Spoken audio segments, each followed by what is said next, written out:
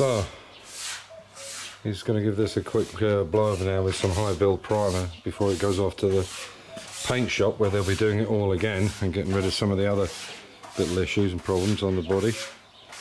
It's not exactly the ideal place to do it, right next to the house, but we have a plan, don't we, mate?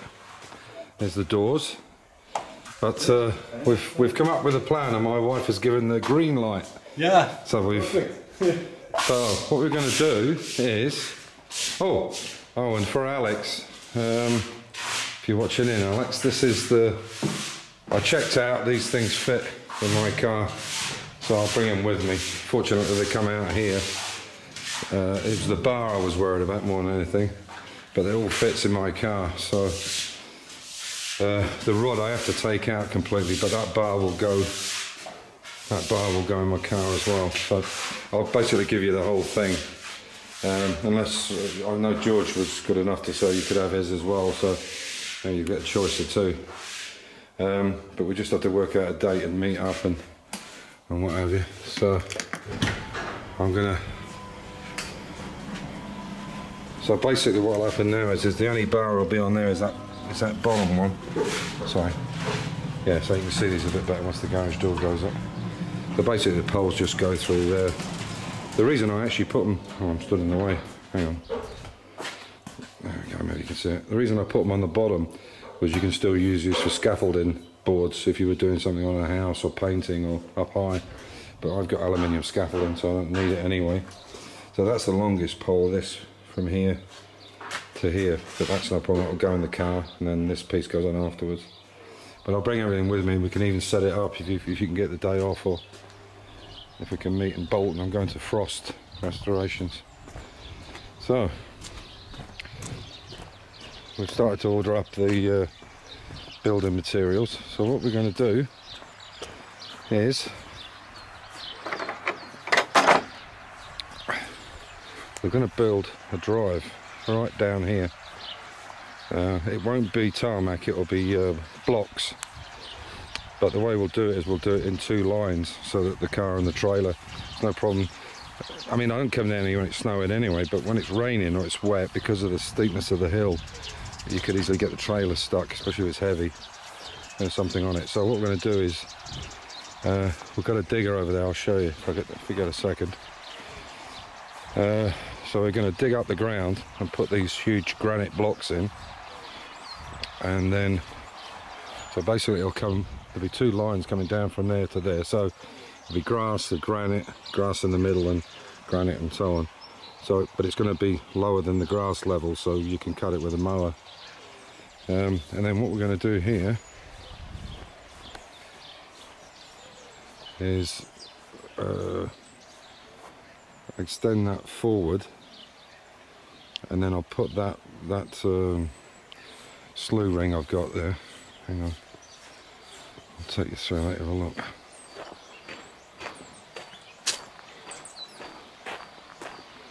So what I'm going to do is right at the front there, we'll level all this up all the way along from the earth that's coming out at the top there, and then I'm going to take this crane slew ring here, this big ring, you can see it, got all the bearings and everything for it. We're going to set that in the ground and make like 4 sections with it, almost like bits of 4 pieces of pizza, slices of pizza if you like, and they'll be bolted to this so that you can put a car on it and twist and turn it 360 degrees. So if we need to move anything, because there's no width in this, we can turn the car at the end. So this is a little anti-room I made on the side of this, and this is the back bit. There's the other side of all these. We had to build this retaining wall because of the pool, and the ground was so slopey, so we hardly use this bit. Scottish cars, I think they're Galloways, I think they're Galloways. Anyway, so there's the digger there. There's a panning on it. Panning on the digger, there it is. So he's got that for a couple of weeks off. A friend of his has lent it to him, and lent it to Martin, the guy who owns this house. So I get to use it as well. So I'll dig up the ground with it, and we'll use it on Sunday for moving the XK as well. So, and then unfortunately the bucket's just wide enough to go in there, so I can open. I'll come back out. You won't be able to see where the hell it is. Where are we? The other out, Dave. There we go. This is okay, I made this. This is just a compost heap, but it needs turning over. So what I can do is go in. You can see all the cuttings here. I'll go in with the digger, pick a bucket up and move it out, get the next bit, and then just turn the whole thing back over, because we're trying to make our own compost. We tried it with that little thing. That was a bit of a disaster. Anyway, so yeah, that's what we're going to do. And there is all. I mean, we've got a long enough space here between here and the other side, but the problem is it's very narrow. So the idea from now, once we get this done, and we'll get it done this summer, we'll build it all, is we'll do all our bodywork, all our welding, cutting, grinding, everything, all the bodywork, priming, painting, the whole shitbang, the whole lot down here, and only do mechanical work up in the garage, because I'm really fed up with all the dust and crap up there. So it's going to get dark in here because, oh, look at that. Sorry guys. So there's a little stream here down the, well, it's not a stream, it's actually a water runoff. That's why we built this thing, because it was falling into the water. So yeah, so for the guys that wanted to know, this is the plan.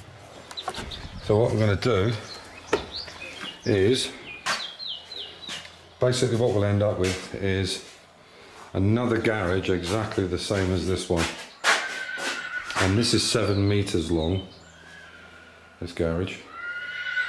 So there'll be another one, so it'll go 14 to 15 meters long.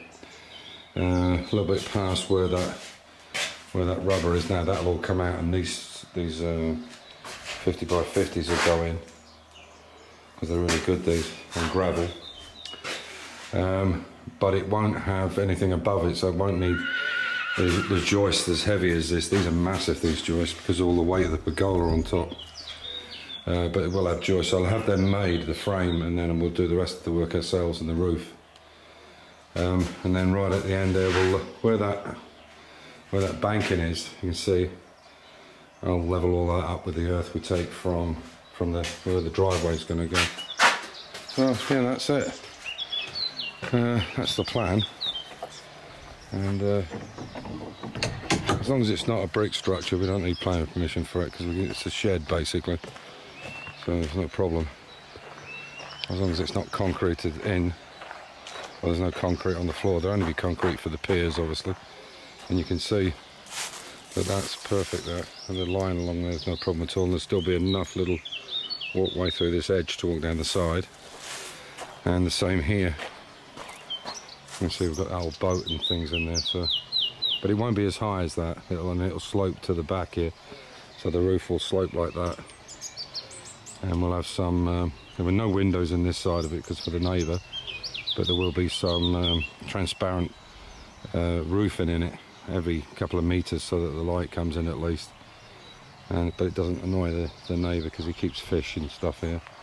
There's koi, show koi, I think it is. And this is another job that's got to be done at the weekend. We've got to get the plasma cutter down here, cut them off.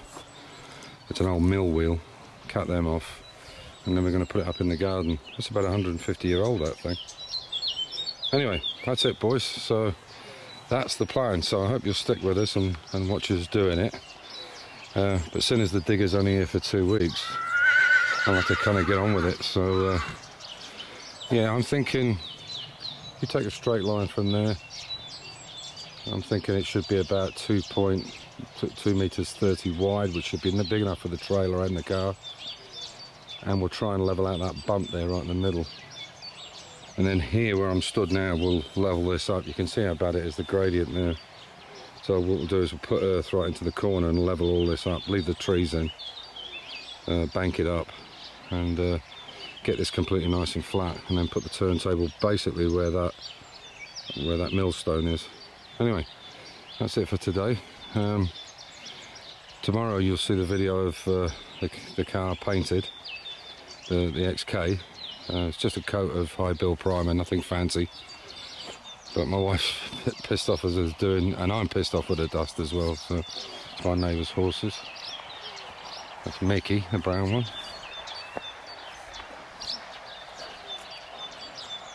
I used to, when we hadn't fallen out, I used to ride Mickey, about years ago. Anyway, so that's it, boys. Catch you tomorrow, and we'll see how this building work goes. But if you give us a thumbs up if you want to see the building work, because it's going to be a lot. You can see all these bloody moles everywhere. Look, there's still absolute mess, but it's flat at least now. Anyway, bye for now. Okay, so there it is. So you can see why we want a spray booth. It's been done inside, but you end up with a lot of overspray everywhere. It's not finished yet. This is going to be done in the morning. This bulkhead, this front bulkhead here, and the rear bulkhead.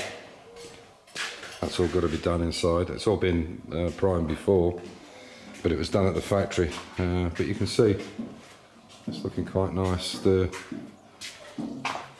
wings and so on. But there are these wings, as you can, well, I won't stand too close, but these wings, this is a vent, has a vent in it to allow air in. But these wings go in a bit, and the reason that they're like that is because there's like a hockey stick that goes up inside this wing here. You can see here, they call it a hockey stick, and it comes in here, and it has the seal on it, and it pushes that right out like that. And that's why it's in at the moment.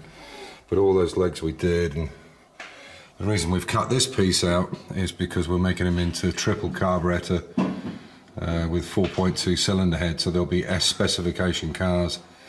In a factory S spec, all this is out, all the way along here, and the air filter sits in here. It's like a triangular box that sits in here, but you don't actually need, you only need the room for the carburetor to just come through. It's about I would say a centimetre or so, half an inch.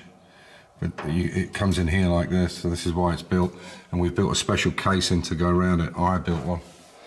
So that's it. So it's just a quick flash over, because obviously it's going to have to be done again. But all those headlight pods and the side light pods are all done, and they're lovely in line now. That took a bit of work to get them right, but anyway. So there you are. And for Nigel, if he's watching in, we're gonna, once we get the XK out of the way, we'll carry on with this and get your inners in, get a few bits and pieces done, and then get these inner sections in the wings, put the boot on. Everything else is pretty much there. So that's what we're going to be doing. Thanks for watching in, guys, and Amir, oh yeah, your fan club, Amir.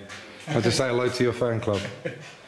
So, yeah, so anyway, so we'll be out for the next few days, but we'll do one on Sunday when we start moving stuff around.